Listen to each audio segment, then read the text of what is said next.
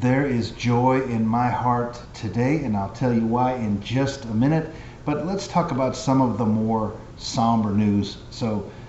Spring football is in its full go for the summer, and it does look like the Arena Football League 3.0 is never going to be what we had all hoped for. Those of us that are of a certain age, I was around when the Arena Football League first came out. I think I saw my first game. I think actually the first game that I saw was in Arizona. That would have been 95 or 96. But they really played a big part in my life when I needed some escapism. And it was cheap and it was fun and it was everything that I'm looking for, which again is high quality, low cost sports entertainment. But we've had the Georgia Force, which would be my local team, which is probably not going to come back. We've got the Arena Football League, which is now being restructured on the fly during the season. We will see. I think there are a few quality teams that are going to survive in one capacity or another, or at least I'm hopeful for that, and pick up some teams from other leagues that are not very good. Jeff Fisher, the new commissioner of the Arena Football League, has said he was open to games with teams from other leagues, and so I'm hoping that this season even is going to have some very compelling games from them. But the reason I'm so happy is that I have to travel quite a bit, and as many of you know that have listened to this channel, I lived in Vietnam for a long time. I lived in Thailand for a while, in Singapore, and I did get to see some sporting events. I even got to see hockey in Singapore. I saw the Bangkok Flyers taking on their arch nemesis, the Singapore Brewers. That was a lot of fun. I have seen, baseball, soccer, obviously. I've seen lots of games over there. Now, there have been hockey things that I've seen, but today I ran across a Facebook page, which I'll put here, for the Cambodia Inline Hockey League, which apparently there's a game coming up between those two nemesi, the Street Rats and the Naga. Now, I suspect both of those are in Phnom Penh. I don't know. And I suspect that is not even at a semi-pro level. That's probably a bunch of expats and some locals that are, playing games. And if they have the capacity for people to come and watch, then I think, hopefully, if there's anybody there that sees this in Cambodia or Vietnam or Thailand or any place that's close, let me know.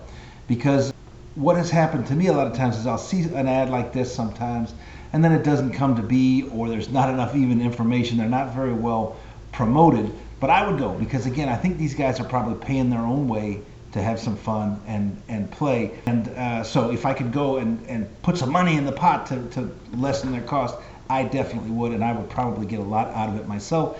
But anyway, that was a big deal for me. I don't know if I'm going to get a chance to see them play this season, because I don't have any distinct plans to go back to Asia, but that made me really, really happy.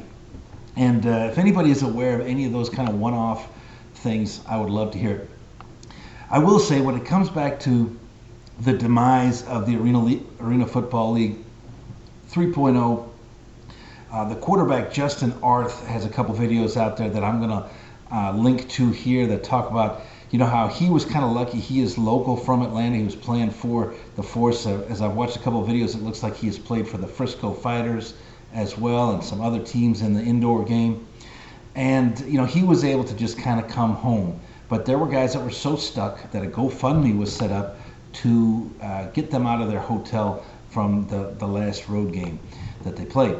And it's really sad. I mean, that is just pathetic. I personally have been through the experience where a company has gone out of business while I was anticipating going to work the next day, and then it just wasn't there. It is no fun.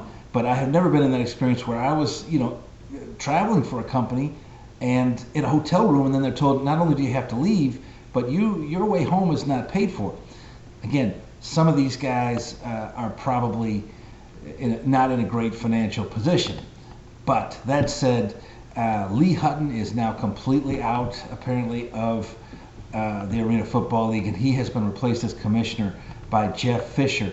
So Lee Hutton was a lawyer. I did get the feeling, I think I've said it in past videos, that I thought he was going to be a kind of litigious guy and sue his way to to success. I don't know. But there is a place for lawyers, as there has to be in all of these kinds of things, because there's trademark law and all kinds of stuff when you have unstable leagues and you've got these logos and teams and organizations that have some value, but you don't want somebody just coming in and ripping you off. But it also, there's just the inevitable problems that come with these small scale leagues. Not bad, not bad. Now you. Go ahead.